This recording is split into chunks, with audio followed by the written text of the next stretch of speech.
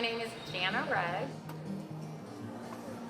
I've been volunteering here at John 3:16 for a really long time, over 20 years. There was no chapel. This beautiful chapel didn't even exist. It was just the small building next door. And I was blown away by how tiny it was, but also just about how just sweet and loving everybody was. And even that very first time was an amazing experience. I ended up serving for John 3:16 is through a Christian leadership group that used to exist here in Tulsa. It was called Leadership Now, and Now stood for No Other Way. And the purpose of that group was to bring Christian leaders together in the Tulsa community so that we could study and learn and get better at implementing Christian principles in our day-to-day work as business leaders. So there were people there from all types of professions, from construction to real estate and everything in between.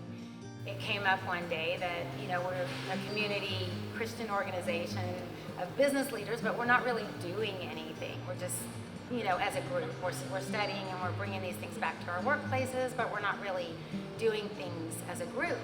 And we thought that would be a good way to kind of unite our group and also maybe make an impact on Tulsa. And so I said, I'll be in charge of that. I'll do some research and I'll see what organizations we might be able to get involved in. And I'd heard about John 3:16, but that's it. I had just heard about it. So we started right away that very next month, coming in, bringing about 12 of us to come in and serve that very first night. The group, the volunteer group, has really evolved over the years because Leadership Now kind of dissipated. And I can't really remember, it's been too long for me to remember how many years we served as a group with Leadership Now, but I feel like it was only just a few years. When I show up at John 3:16 and we're getting ready to start our shift, I'm hearing dishes clanking, I'm smelling food, I'm wondering what's on the menu tonight. I'm peeking under all of the different lids of the food that the kitchen personnel have put together. And we're figuring out who's gonna work here on this side, who's gonna work here, and who's gonna hand the drinks out. And usually we have a couple that like to work with the sprayer in the kitchen. I'm feeling excited because I'm seeing some friends, some that maybe I saw this week and some that maybe I haven't seen since like 2 months ago when we served together. And we're catching up on our kids and we're catching up on our lives. And we're checking in with the guys in the kitchen. A lot of times it's the same guys that have been in the kitchen for the last few months, so we're seeing how they're doing. And it's just kind of a lot of build up, I think, before our guests start coming out of the chapel.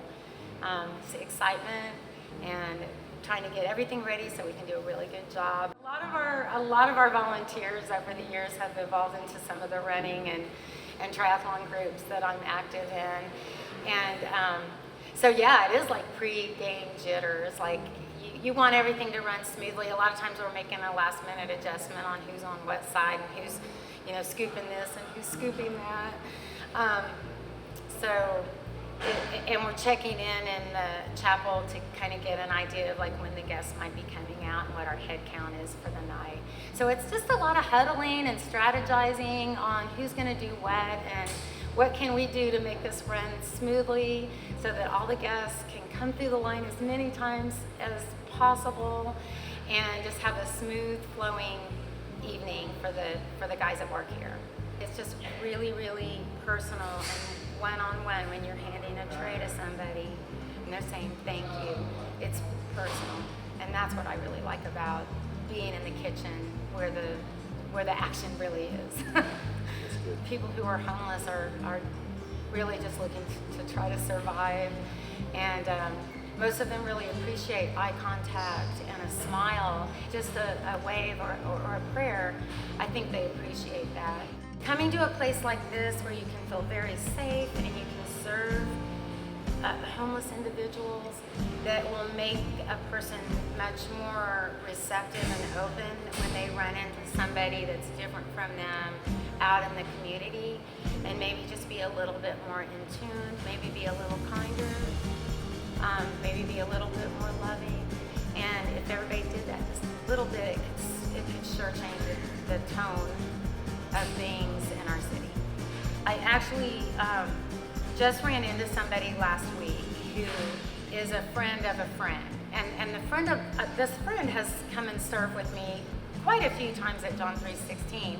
And she came to me to say, I want you to meet my friend because she's interested in John 3:16.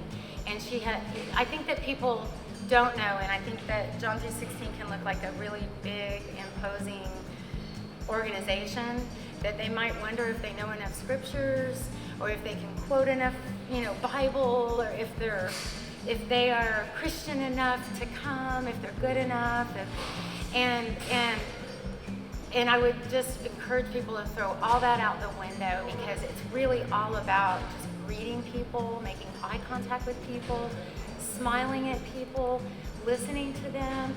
It's little things like that where we can make people feel validated and just maybe a tad bit better than they felt coming in.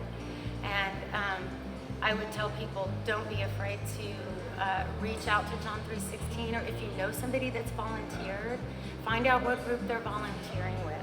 What's kept me coming back to John 3:16 all these years is being part of something that is so much bigger than myself, and I'm just a small part of it, but being part of something that's bigger than myself, that is really changing and transforming lives.